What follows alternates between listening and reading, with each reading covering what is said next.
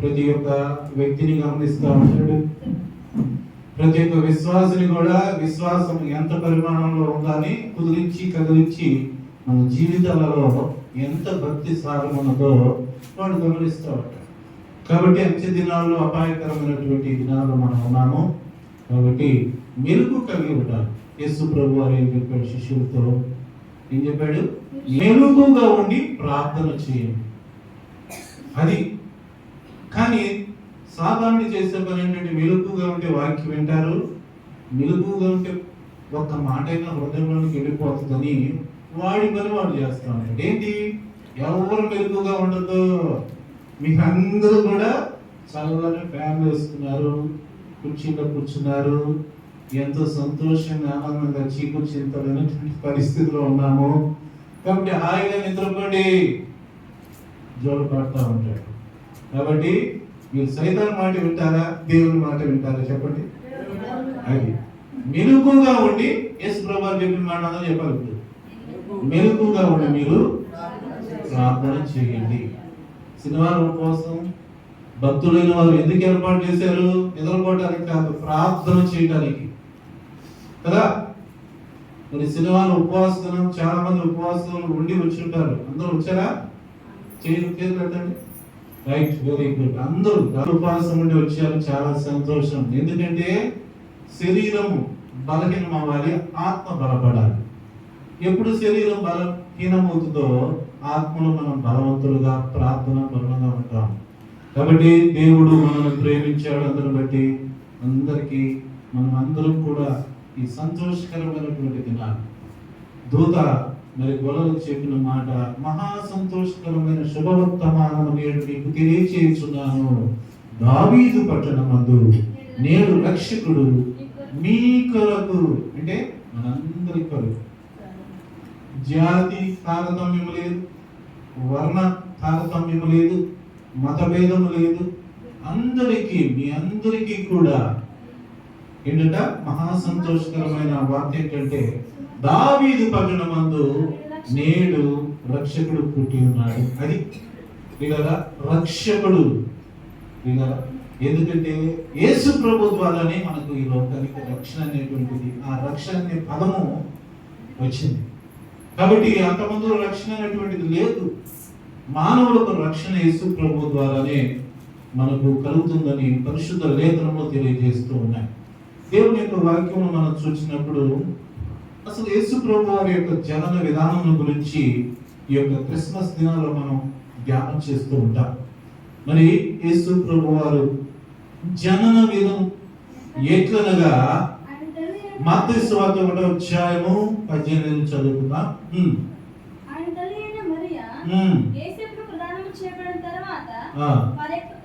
వారేకము కాక మునుపు ఆమె పరిశుద్ధాత్మ వలన గర్భవతిగా ఉండెను. మరి అందరూ కూడా వివాహం ద్వారా, ఒక కుటుంబ వ్యవస్థ ద్వారా ఈ లోకంలోకి సంతానం అనేటువంటిది మరి వస్తున్నట్టుగా మనం గమనిస్తాం. కానీ తండ్రి అయినటువంటి దేవుడు కుమారుడైన యేసుక్రీస్తుని లోకాన్ని పంపించినందుకు ప్రత్యేకమైనటువంటి మరి రీతిగా మరియమ్మ గర్భాన్ని దేవుడు ఏర్పాటు చేసినట్టుగా చూస్తుంది. పరిశుద్ధులు ఎవరు, ఎవరు కన్యక, ఎవరు పరిశుద్ధురాలు అని పరలోకము నుండి దేవుడు చూసినప్పుడు ఒకే ఒక స్త్రీ కన్యక మరియ తల్లి దేవుడు చూచినట్టుగా చూస్తాం. ఆమె గర్భాన్ని దేవుడు ఏర్పాటు చేసుకున్నాడు. ఒక రక్షకుడు ఈ లోకానికి అవసరం. ఎందుకంటే మానవ జాతి అంతా కూడా అంధకారంలో నశించిపోతూ ఉన్నారు. పాపపు ఊబిలో పడి ప్రతి వ్యక్తి కూడా వెలుగులేనటువంటి స్థితిలో అంధకారంలో రక్షణ మనం దేవుడు ఉచితముగా అనుగ్రహించి, లేకపోతే మన బ్రతుకులు ఎలా ఉండే, మన జీవితాలు ఒక్కసారి వెనక తిరిగి చూసుకున్నట్లయితే మన పరిస్థితులు ఎలా ఉన్నాయి. దేవుని యొక్క సేవకులు ప్రార్థనతో విశ్వాసము నేర్పించారు. ఎలాగ మన కుటుంబాన్ని కట్టుకోవాలో చూడండి. నిల్లమ్మ గారు ఎప్పుడు బోధ చేసిన సేవలో ఆమె వాక్యములో కుటుంబాలు కట్టుబడటం, కుటుంబాలు ముఖ్యంగా స్త్రీలు ఎలాగా జ్ఞానము కలిగి వారి కుటుంబాలను కట్టుకోవాలో మన విలియమ్ గారు ఎప్పుడు కూడా మనకు బోధించారు. అవును కదా, శివాపురం మీటింగ్స్ లో ఆమె బోధంతా స్త్రీలకు సంబంధించి కుటుంబాలను కట్టుకో. ఓ తండ్రి, ఓ స్త్రీ, మీ బిడ్డలను మీరు ఎలాగ పెంచుతున్నారు? వారు డబ్బు ఇచ్చి వారిని పాడు చేస్తారు. చూడండి ప్రియ, జీవ గారికి ఎప్పుడు కూడా ఆ తల్లి డబ్బు ఇచ్చేటువంటిది కాదు. అసలు డబ్బు గురించి మాట్లాడేవాడు కదంట. పిల్లల ముందు ఎప్పుడు డబ్బును గురించి అసలు మాట్లాడేవాడు కదంట. ఒక 5 పైసలు కూడా వాడికి ఇచ్చేవాడు కాదు. అనేక సార్లు జీవ గారు వాక్యం చెప్పారు. వారికి ఎప్పుడు ధనమును గురించి ఆలోచన లేదు. దేవుని యొక్క రాజ్యముల గురించి మాత్రమే వారికి నేర్పించారు. విశ్వాసము నేర్పించారు. విశ్వాసమే లోకమును జయించిన విజయము. మన సహవాసం కూడా విశ్వాసం మీదే కట్టబడింది. మనం కూడా ఆ విశ్వాసము నేర్చుకున్నట్టు ద్వారానే మనము ఈ పరిస్థితిలో ఉన్నాం. లేకపోతే మన బ్రతుకులు ఎప్పుడో నశించి నరకానికి వెళ్ళిపోయాయి. ఇలా ఎంత ప్రేమ కలిగినటువంటి దేవుడు మన పట్ల నమ్మదగినటువంటి దేవుడిగా ఉన్నాడు.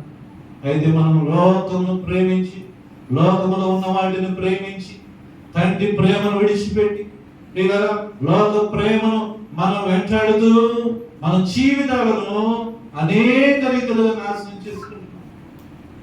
అన్ని పోయిన తర్వాత, ఆరోగ్యమంతా పోయిన తర్వాత, బ్రతుకంతా నాశనం అయిపోయిన తర్వాత, కుటుంబాలన్నీ పాడైపోయిన తర్వాత, మన బిడ్డలు పాడైపోయిన తర్వాత మనం అప్పుడు బాధపడతాం. ప్రయోజనం లేదు.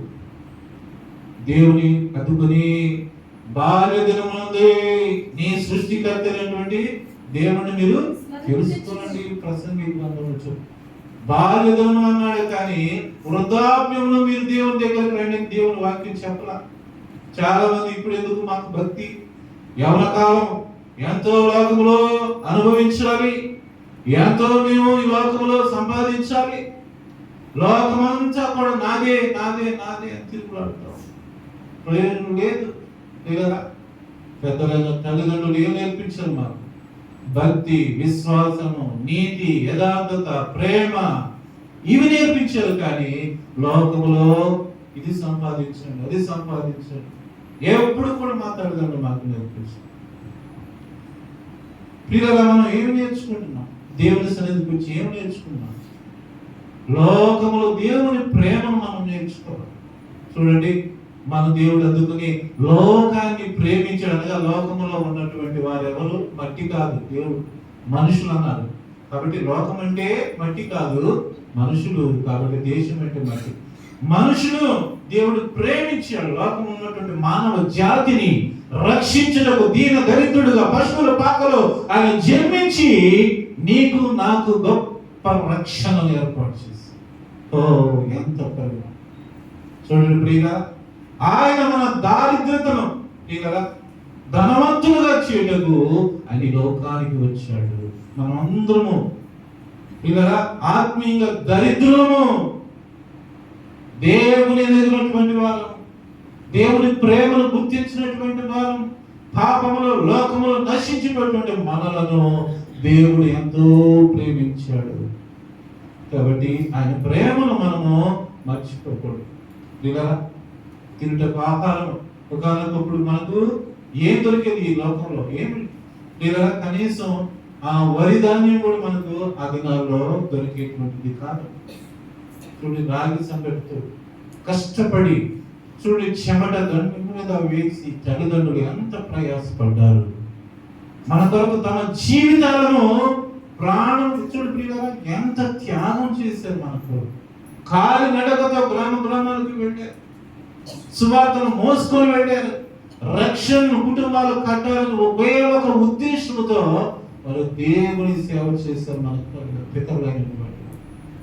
కాబట్టి మనం కూడా ఇలా ఈ లోకంలో ఏదో సంపాదించుకోవడానికి కాదు, దేవుని యొక్క రాజ్యమును, ఆయన సంఘ సార్వత్రిక సంఘము యొక్క పునాదులు మనం స్థిరపరచాలి. చాలా మంది లోకము దాని ఆశలు గతించిపోతారు. దేవుని యొక్క ప్రేమ మాత్రమే నిలిచింది. కాబట్టి చూడండి, గమనించినట్టు ఏమంటున్నాడు, యేసేపు మరియా ఎంత గొప్ప, చూడండి, నీతిమంతుడుగా బైబిల్ గ్రంథంలో చెప్పబడుతున్నదో. చదవండి. నీతిమంతుడు, చాలు ఒక మాట. లేదా యేసేపు ఎలాంటి వాడంటే ఒకసారి చెప్పండి అందరూ. నీతిమంతుడు. మన దేవుడు నీతిమంతుడు అయినటువంటి దేవుడు. యేసేపును కూడా నీతిమంతుడుగా